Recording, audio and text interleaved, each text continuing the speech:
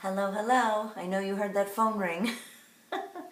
There's some stuff going on here in Marci land, and I'm hoping that we can just stay focused and present on our web chat. So, hello, everybody.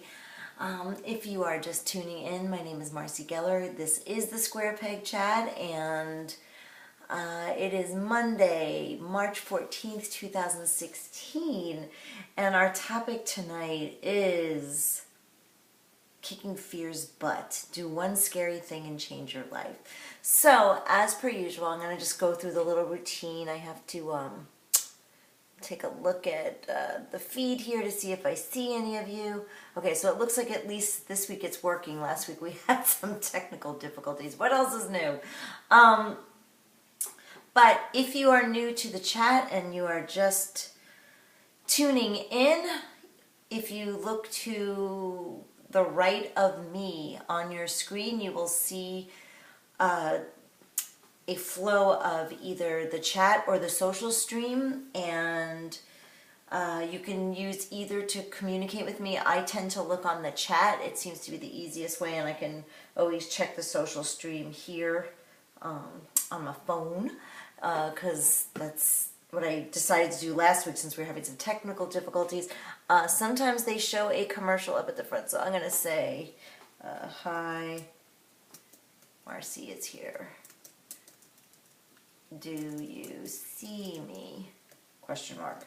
That way I'll know if you see me. Well, it looks like the chat's working, so that's a positive for right now. I know we've got some viewers. I'm going to just give it about another 30 seconds and then we're going to dig in. So I hope everybody had a fabulous week.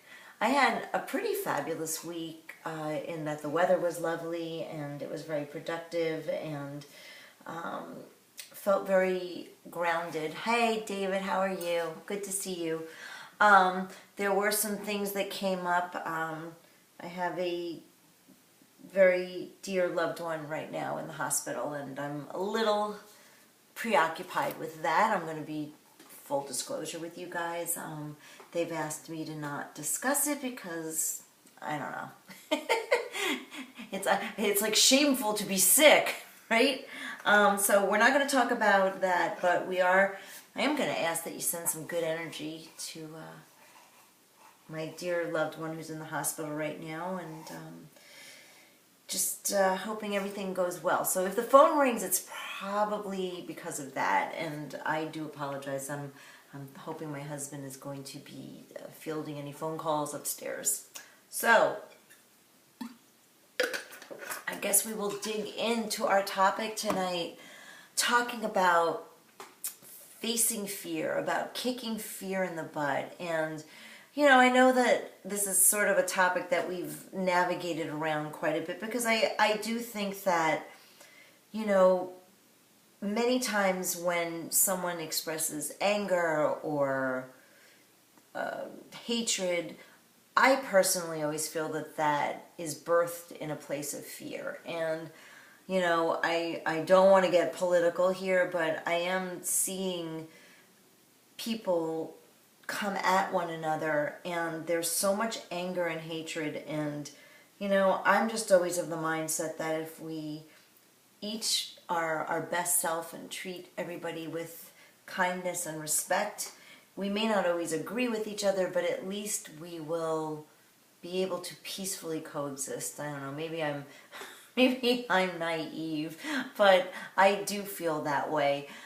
But in regards to kicking fear's butt, I think that a lot of times, I only can speak from my own personal experience, that I tend to limit my reach sometimes because I assume that I'm not capable of, or I can't do this. And you know, just to give an example, I mean, I parted ways with a business associate who was doing some work for me, and it happened sort of abruptly, and, you know, I had this choice to, you know, spin out and go into chaos or just take it on and figure out what needed to be done.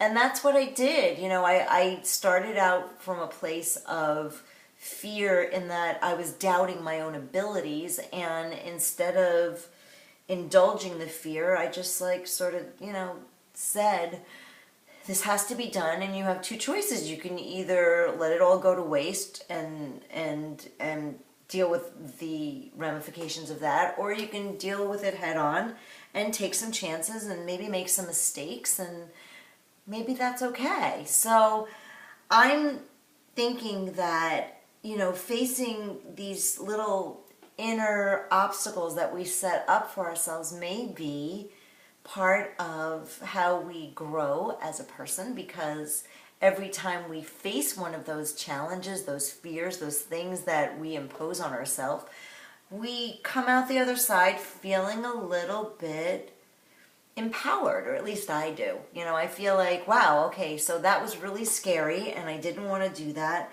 but I did, and it turned out okay. And another example I'll give is with interpersonal relationships. I think it's,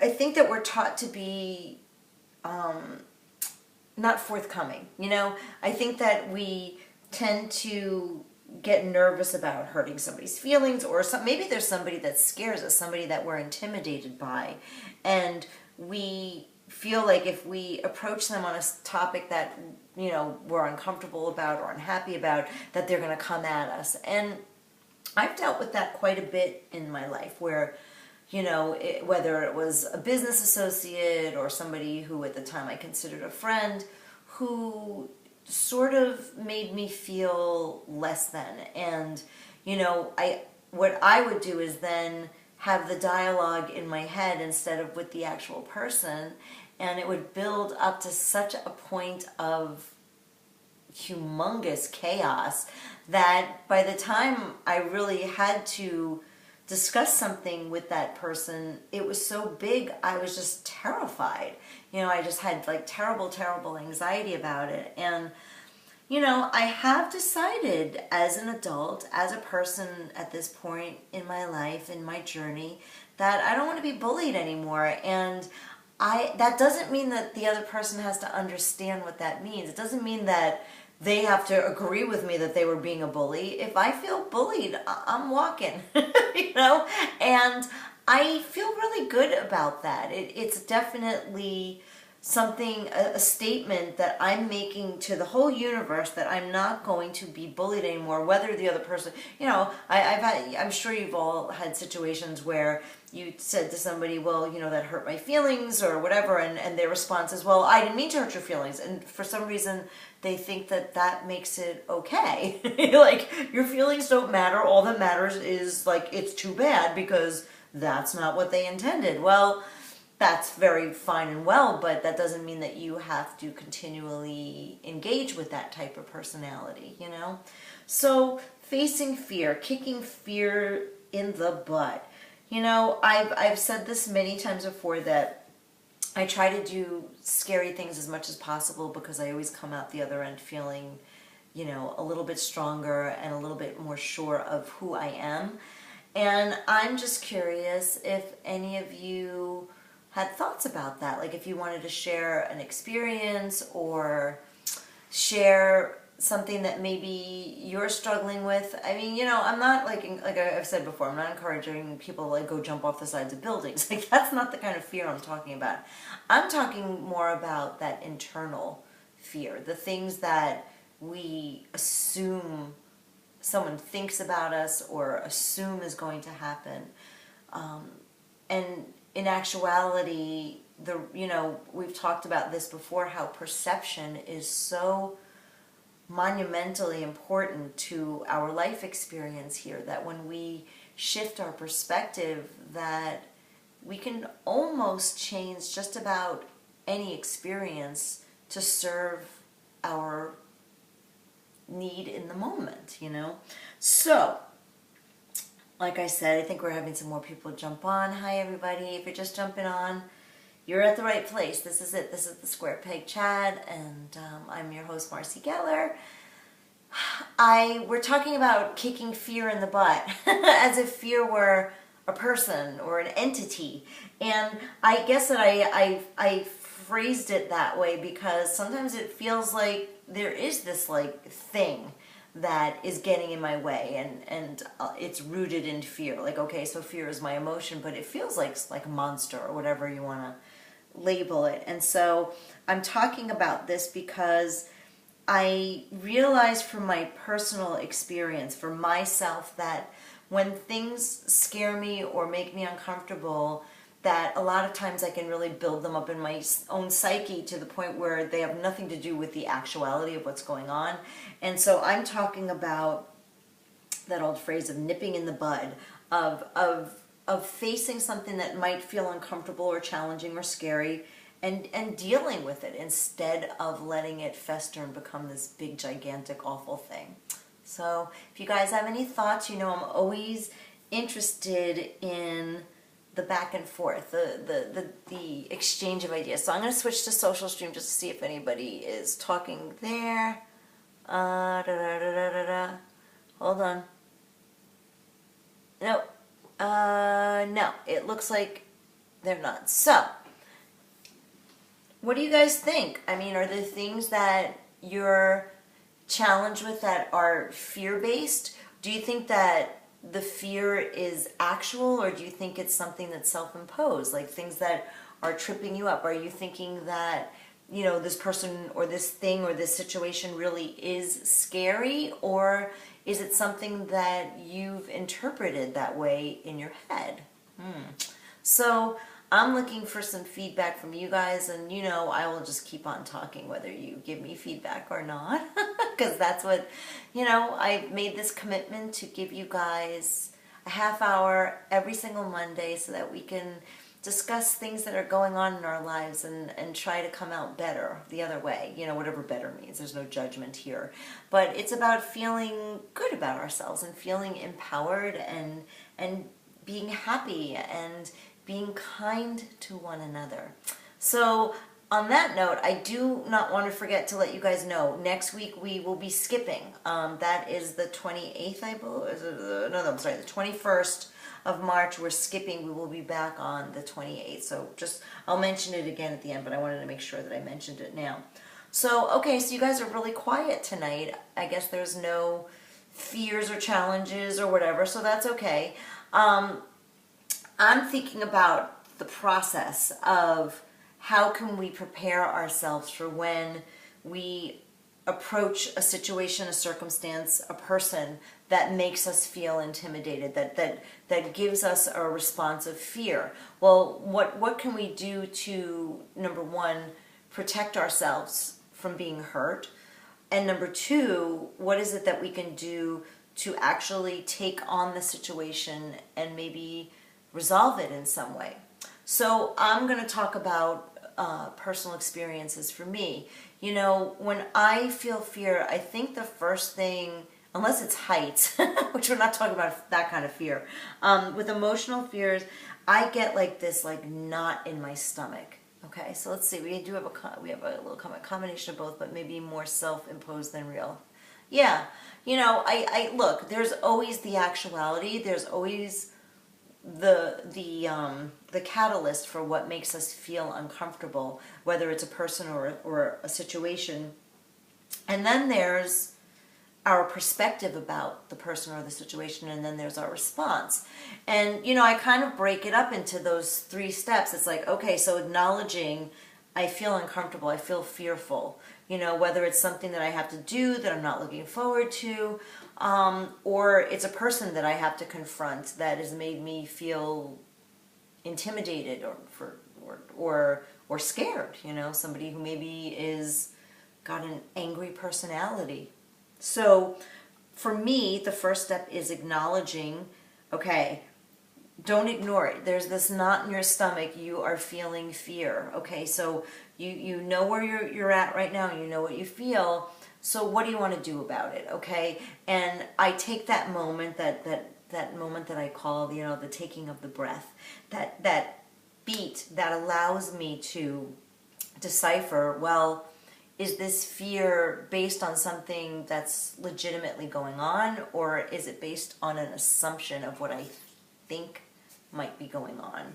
in the other person. And the reason I differentiate between the two is because, look, interpersonal relationships are complicated. You know, human beings in general are really complex. And I have found time and time again that when I was afraid of somebody that, or, you know, like, because I was thinking that they wanted to do me emotional harm or even physical harm, that many times that was my own perception. And there was definitely something there that prompted that response to the person, you know, so I'm not going to invalidate my feelings, but like I said, I think that there are times that we can just sort of like let it marinate so much to the point where it becomes bigger than us, you know, and I'm working really hard to not do that anymore, so forgive me for a moment.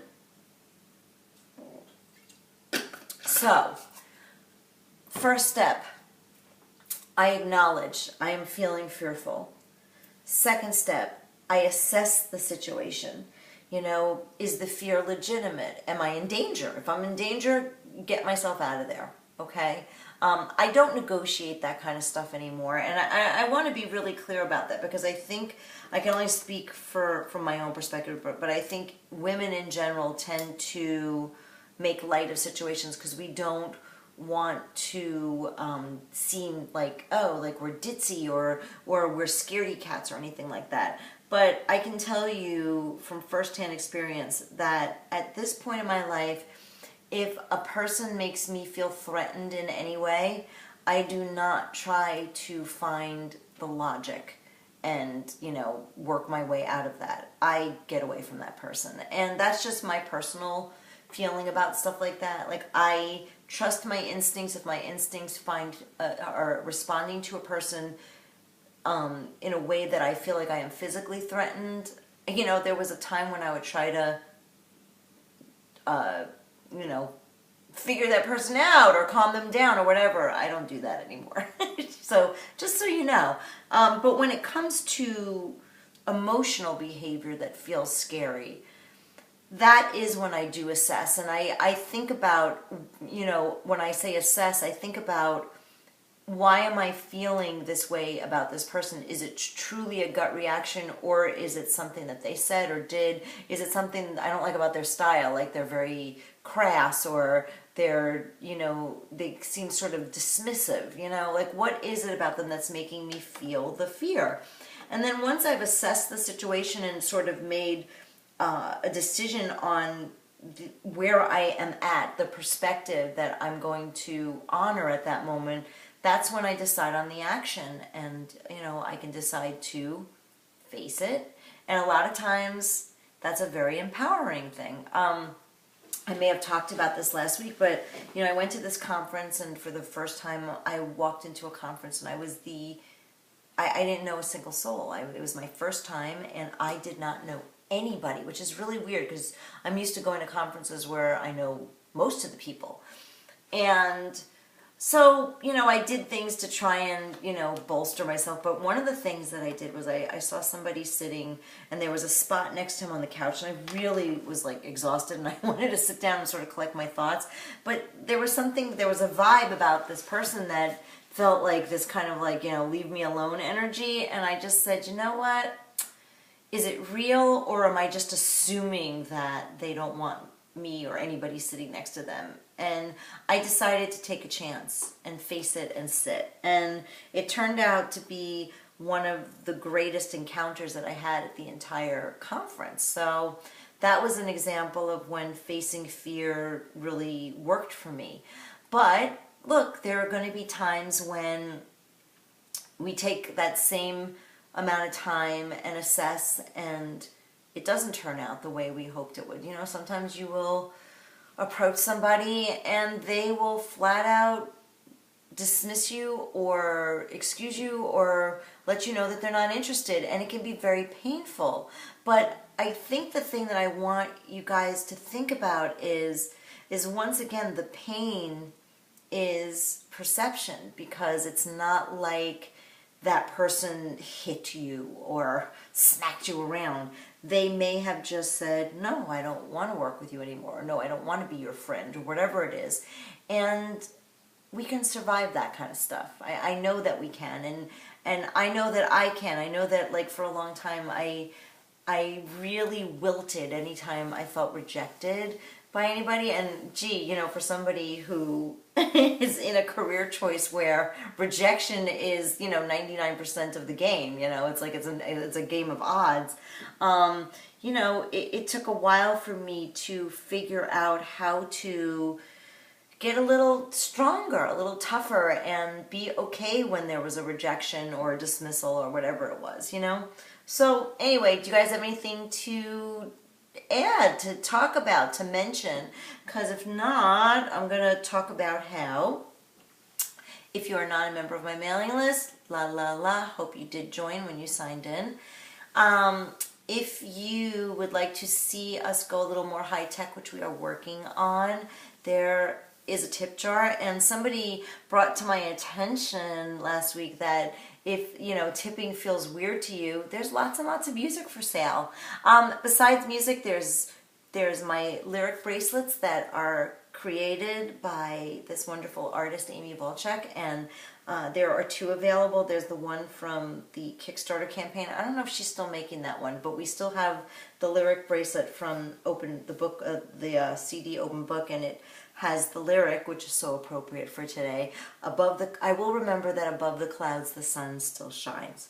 Excuse me, and that's a line from my song No Weather Down, which was like my theme song today because of the weather. It's kind of cruddy out today in New York, but you know what? I'll take it. We had such a beautiful, beautiful week last week. I remember like running yesterday, and I'm like, it's March. I'm running, and I'm in a t-shirt. Yay! So that made me really happy. So anyway, what I want to do now is share the feature song, and it's not No Weather Down because I had already decided, based on, like I said up at the top of the chat, that, you know, I have a very dear loved one that's in the hospital right now, and we just got some good news. You know, the procedure went well, so we're happy about that. But I am sending lots of love and happiness in their direction, and I decided, I'm going to take this off so I'm not so encumbered, I'm going to dedicate my song. Oh, I am using your bookmark. Yay! That's cool, David. I'm going to dedicate my song Strong to this certain someone tonight. So, without further ado, let's see if I can still see all you guys. I can. Okay. Oh, and this song is featured on my latest CD, Open Book. Oh, listen to me. See, I got confused. Open Book was the last CD. What's the new CD? Square Peg. And on this new CD, you can hear this track with the beautiful quartet of strings that was arranged by Paul Michael Barkan.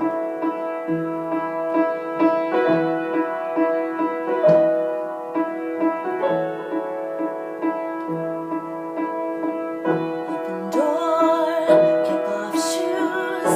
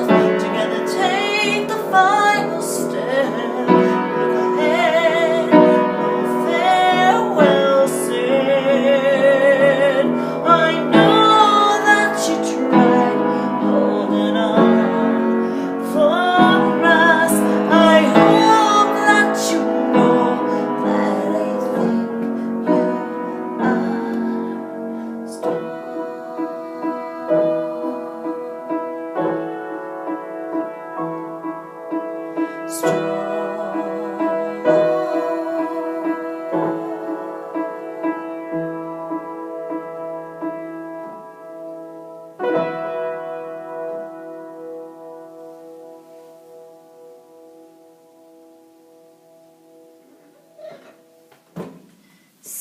pedals. Anyway, so let's see where we're at. We've got about 3 minutes. So what are we going to talk about for 3 minutes? Nobody wants to share anything about fear. Are you afraid to share about fear? See what I did there? Oh, so yes, reminder that we will not be web chatting next week, but we will be web chatting the week after, which is the 28th. That will be the day after Easter, which I'm pretty excited about because I am going to be going into the city and seeing the play Waitress with my cousin because it's her birthday. Woohoo! So I'm going to be doing that on Easter Sunday. I feel bad I'm leaving my hubby and my in-laws for the very first time in 21 years. No, what am I talking about? 26 years. I am not going to be spending Easter with them, but I will see them the day before, and I hope you guys have some fun plans of things you might be doing in the upcoming weeks. I know there's like spring break, and then there's Passover, and what else? There's other stuff. Oh, St. Patrick's Day is on Thursday, and I am not going to be going to the parade. I did that once. It was a really bad idea. I'm not, you know, saying don't go. In fact, face your fear. Go to the parade if that's what you're into. But my reason for not ever wanting to go to the parade again was, and pardon me, but it's the truth, copious amounts of, you got it, vomit. And I am not a fan of anybody's vomit, and for that reason I will not be going to the St. Patrick's Day parade, but who knows, maybe we'll be doing some corned beef or something here at the homestead, even though I don't eat that stuff. I don't eat meat, but I don't know, we'll make like some vegan corned beef or something, and my husband's watching going, no, please no. Anyway, so we are counting down now. We've got about 45 seconds. I want to thank you all for tuning in and sharing this evening little chat with me, our little half hour that we do every Monday. I wish you all a happy St. Patrick's Day. I wish you all a beautiful week. Stay dry and safe out there if you're in the Northeast. And I'll leave you with this. How about if each one of us tries to commit one random act of kindness this week? And you don't even have to tell me what it is. You don't have to tell anybody. In fact, I think anonymous random acts of kindness are the best kind. So be kind, be peaceful, be happy, be joyful, and I will see you in 2 weeks. Marci Geller, Square Peg Chat, signing off.